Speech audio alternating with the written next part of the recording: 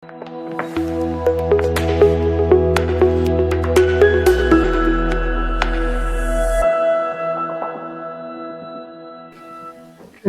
warahmatullahi wabarakatuh.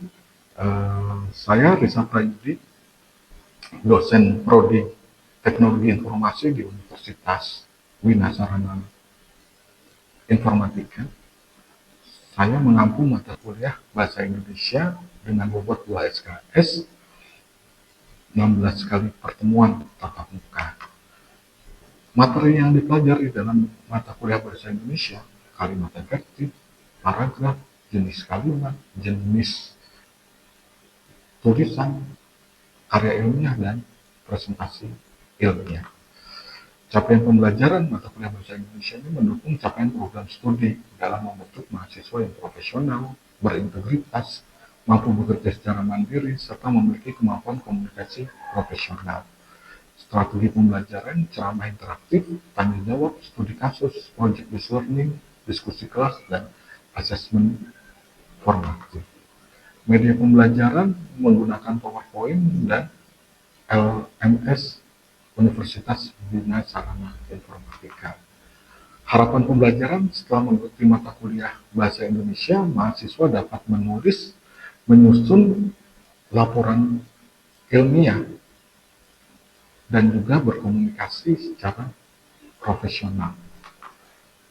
Demikian, terima kasih. Wassalamualaikum warahmatullahi wabarakatuh. Oke, selamat malam. Assalamualaikum warahmatullahi wabarakatuh.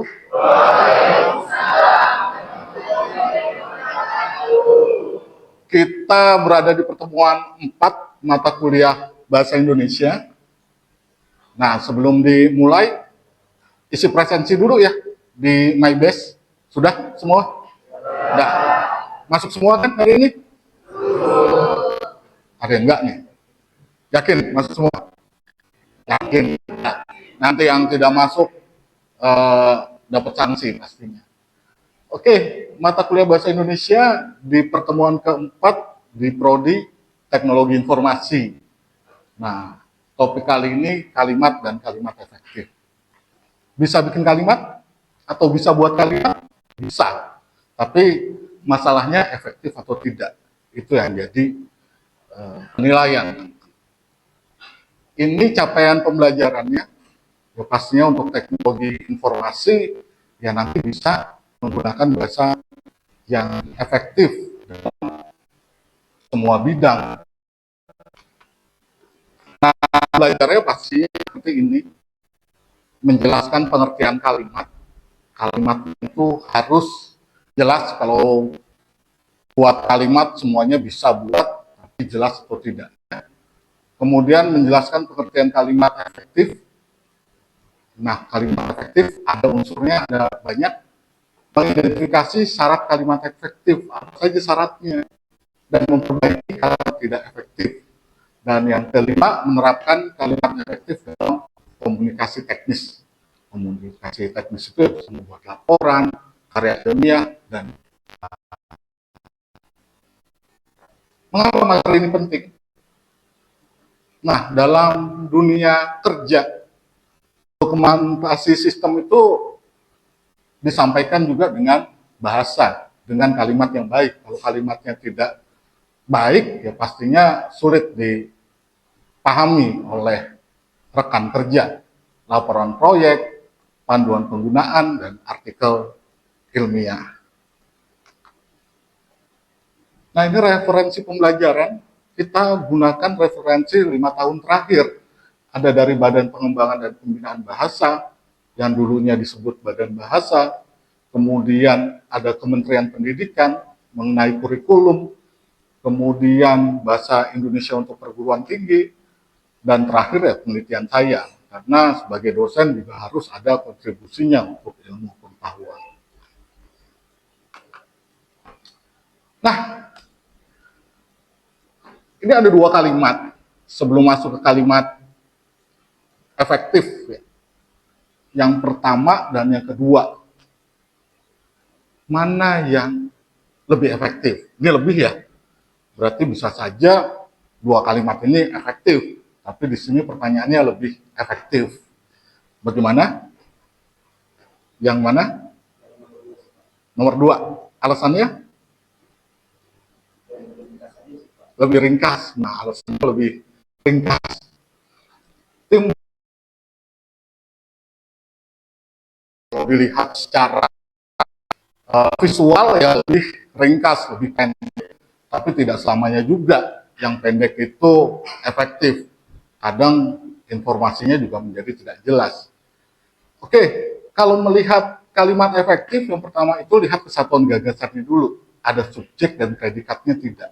Itu dulu ya, baru unsur yang lain. Tim melakukan pengecekan sistem. Tim subjek melakukan predikat pengecekan sistem objek. Yang di belakangnya itu keterangan.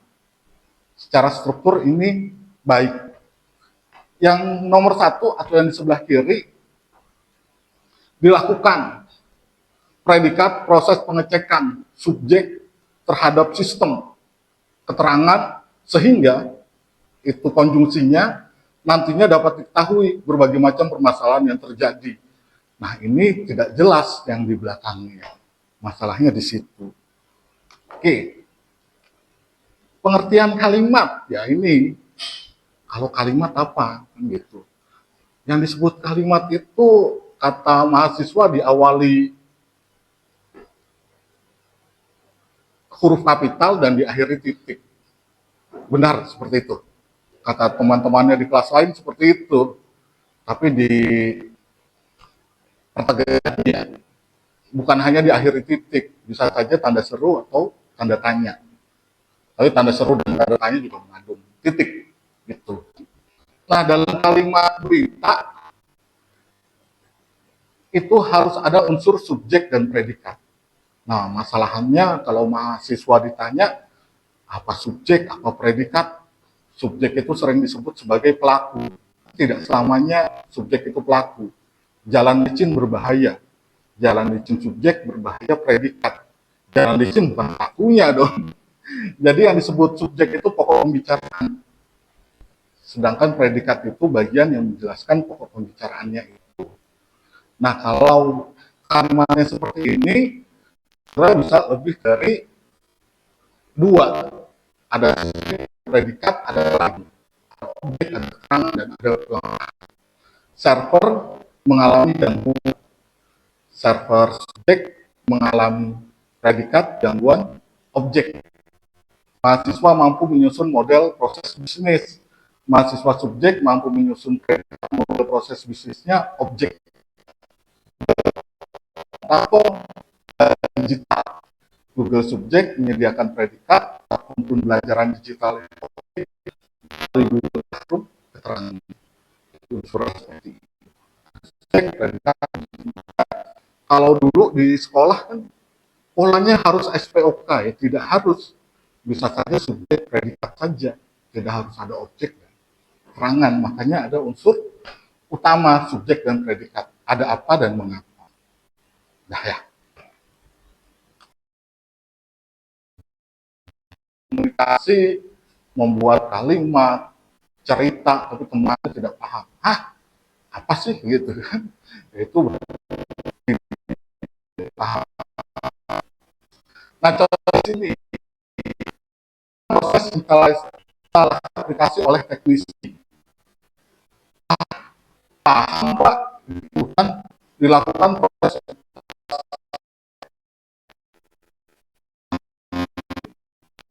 gitu.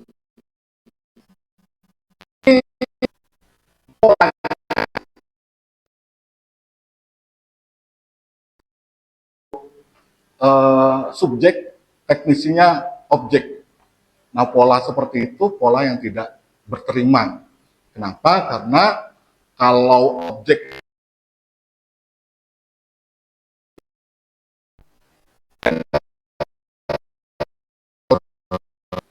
proses dilakukan oleh teknisi, itu pola yang SPO. Nah, kalau dibagi ini melakukan proses aplikasi. Jadi seperti itu bentuk saja. Teknisi, subjek menginstal, predikat, aplikasi. Objek, aplikasi mudah. Google merancang sistem informasi. Google subjek merancang sistem informasi. Objek, supaya. Ini yang sering ya. Agar supaya adalah merupakan, apalagi itu, meskipun tetapi. Nah ini kan yang sering. Meskipun mahasiswa sudah datang, tapi wakil presiden belum muncul. Ini tidak jelas, meskipun atau tetapi, gunakan satu-satu saja. Meskipun mahasiswa datang, wakil presiden hadir, atau sebaliknya. Ini masalahnya pemborosan kata agar, supaya. Harusnya pilih salah satu saja.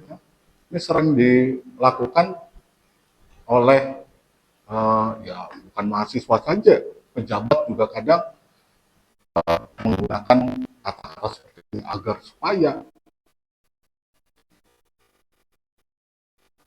Nah, syarat kalimat efektif itu ada 5. Di beberapa literatur syaratnya ada 9. Ya, tapi ini diringkas saja jadi 5. Syarat pertama itu kesatuan. Jadi kalau kesatuan itu satu ide pokok. Lah emang ide pokoknya nggak bisa 2, Pak? Ya boleh saja, tapi statusnya harus jadi kalimat majemuk.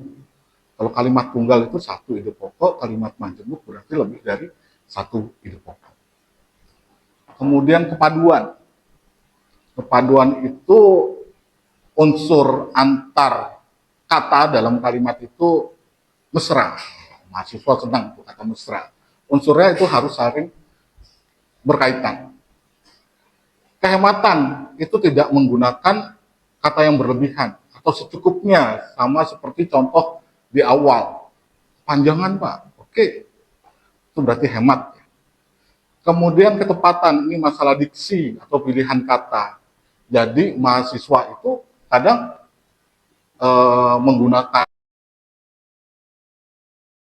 itu kurang tepat. Itu apalagi komunikasi dengan dosennya. Ini ya Pak, gitu kan. Kadang dosen yang sepuh itu sensitif, gitu kan. Ini ya Pak, emang saya temanmu, gitu kan. Saya kan dosen. Hal-hal seperti itu yang perlu diperhatikan. Kelogisan, ini logis berarti masuk akal. Jadi kalimatnya itu ketika sudah terbentuk nanti dibaca ulang. Masuk akal tidak. Kalau tidak masuk akal ya nanti diperbaiki. Di unsur kelogisan itu unsur terakhir. Jadi nanti kalau kalimatnya sudah jadi baru dibaca. Nah ini contohnya unsur kesatuan yang tidak efektif di sebelah kiri, yang efektif di sebelah kanan. Yang bagus katanya di sebelah kanan. Kayak dibuatnya seperti itu. Mahasiswa program studi teknologi informasi itu subjek membutuhkan predikat, dokumentasi, objek untuk menyusun aplikasi keterangan. Efektif, subjek, predikat, objek jelas. Yang kiri tidak ada predikatnya. Mahasiswa program studi teknologi informasi yang sedang menyusun aplikasi, ya terus kenapa? Gitu kan? Tiba-tiba sehingga membutuhkan dokumentasi. Informasinya tidak jelas, jadi yang kanan itu lebih efektif. Tidak satu karena tidak ada predikatnya. Berikutnya kepaduan. Nah ini mahasiswa juga sering menggunakan kalimat seperti ini. Makanya dalam bimbingan skripsi, kalimat-kalimat seperti ini muncul. Setelah melakukan pengujian sistem, kemudian aplikasi dijalankan. Setelah kemudian, lah subjeknya mana? Nggak ada subjeknya kan? Setelah melakukan pengujian sistem, itu kan keterangan atau alasannya. Aku melakukan yang lain. Gitu. Jadi, yang ini, keterangannya di depan, setelah pengujian sistem selesai, udah tuh, itu keterangan. Aplikasi subjek dijalankan. Aplikasi subjek dijalankan predikat. Artinya tadi kan unsur kalimat itu tidak harus lengkap subjek, predikat, objek, keterangan. Nah, ini juga nih sering yang tidak hemat. Semua mahasiswa semuanya wajib mengumpulkan laporan. Semua wajib mengumpulkan laporan. Ini pengulangan yang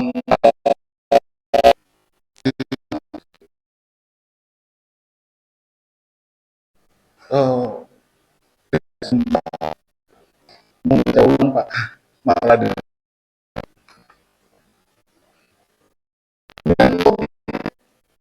dan logisan satu sedang benda semakin kita ini benda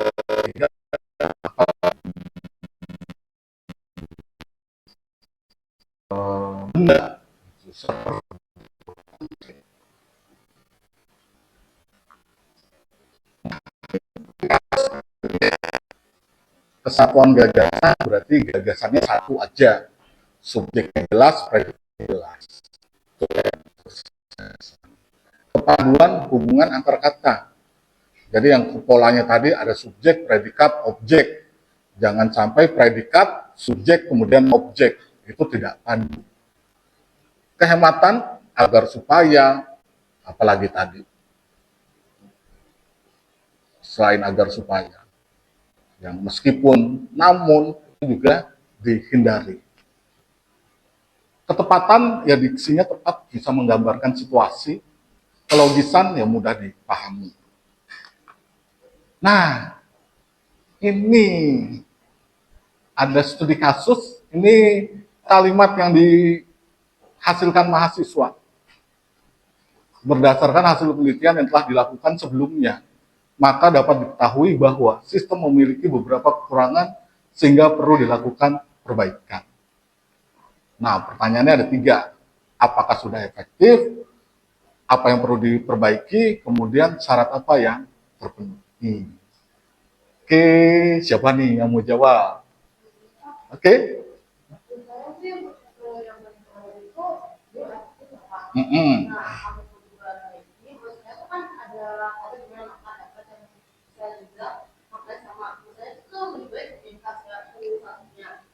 Nah, menurut aku apa yang belum dipenuhi, menurut aku lebih baik lebih kehematannya di kehematan kalimatnya. Oke, yang belum dipenuhi kehematan. Oke, nanti dalam situasi formal gunakan saya biar netral.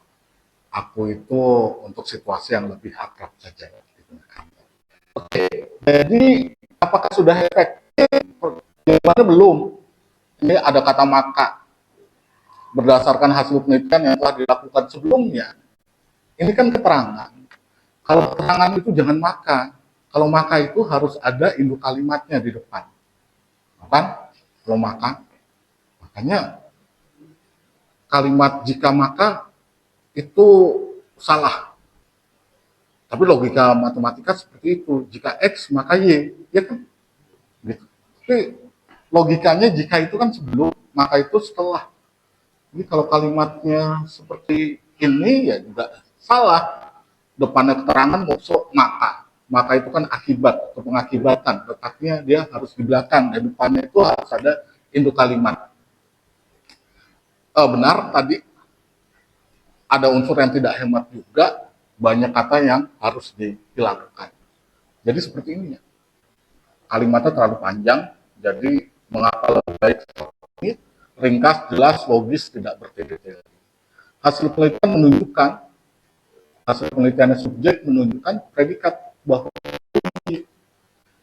sistematik memiliki subjek memiliki predikat beberapa kekurangan itu objek, sehingga akibat perlu dilakukan perbaikan. Perlu dilakukannya itu predikat, perbaikan subjek. Kalau tidak ada objek ya unsurnya boleh predikat dulu baru subjek. Jadi lebih baik ringkas, kemudian jelas, logis, tidak bertele-tele. Tadi kan bertele-tele. Nah, ini nih ada 3, berarti satu-satu ya. Yang nomor 1, oke.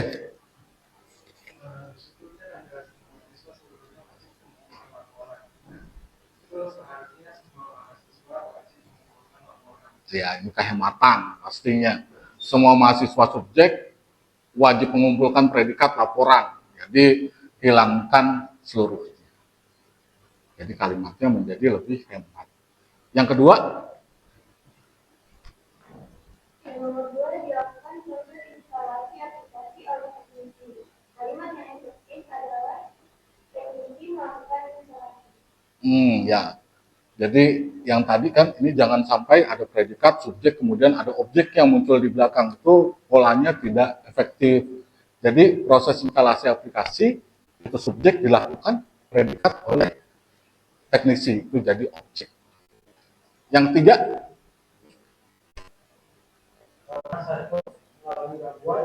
sehingga aplikasi tidak dapat digunakan. Oke, terus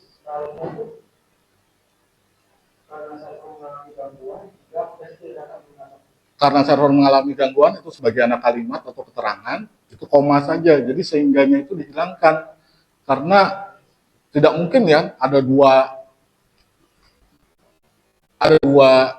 anak kalimat di sini, tidak ada induknya. Karena server mengalami gangguan, koma, sehingganya hilang, aplikasi tidak dapat digunakan. Jadi seperti itu jadi efektif. Nah, ini project based learning untuk tugas. Iya, tugasnya seperti ini. Jadi nanti objek analisisnya menganalisis bisa artikel ilmiah, jurnal, laporan penelitian, skripsi atau tugas akhir bidangnya teknologi informasi, analisis, ada tidak kalimat tidak efektif di situ. Yang mungkin saja mahasiswa ketika mengerjakan tugas itu buru-buru, jadi ada kalimat yang terlewat. Ada sih tidak ada, tapi coba langkah pengerjaannya seperti ini. Dokumennya dipilih, jadi nanti menentukan jurnal, laporan akhir, atau skripsi, kemudian nanti mencari atau identifikasi kalimat yang tidak efektif, lihat kesalahannya, ada kesalahannya tidak, kalau tidak ada kesalahan bagaimana? Ya sudah, tidak apa-apa, itu analisis. Kemudian nanti yang kalimatnya tidak efektif dan diperbaiki, kemudian nanti susun laporannya, karena mahasiswa harus dapat menyusun laporan. Ini rubrik penilaiannya, ada aspek identifikasi, bobotnya 20%, analisis 30%, perbaikan 25%, argumentasinya 15%, dan laporannya 10%. Nah, ini untuk kesimpulan hari ini. Hari ini kita sudah mempelajari ya kalimat dan kalimat efektif, pengertian kalimat sudah, pengertian kalimat efektif sudah, persyaratan kalimat efektif tadi sudah paham, ada 5. Penerapan dalam komunikasi teknis ini harus diterapkan dalam laporan atau tugas yang lain. Jadi seperti ini. Nah, referensinya kembali ke tadi, Badan Bahasa atau Badan Pengembangan Bahasa yang sekarang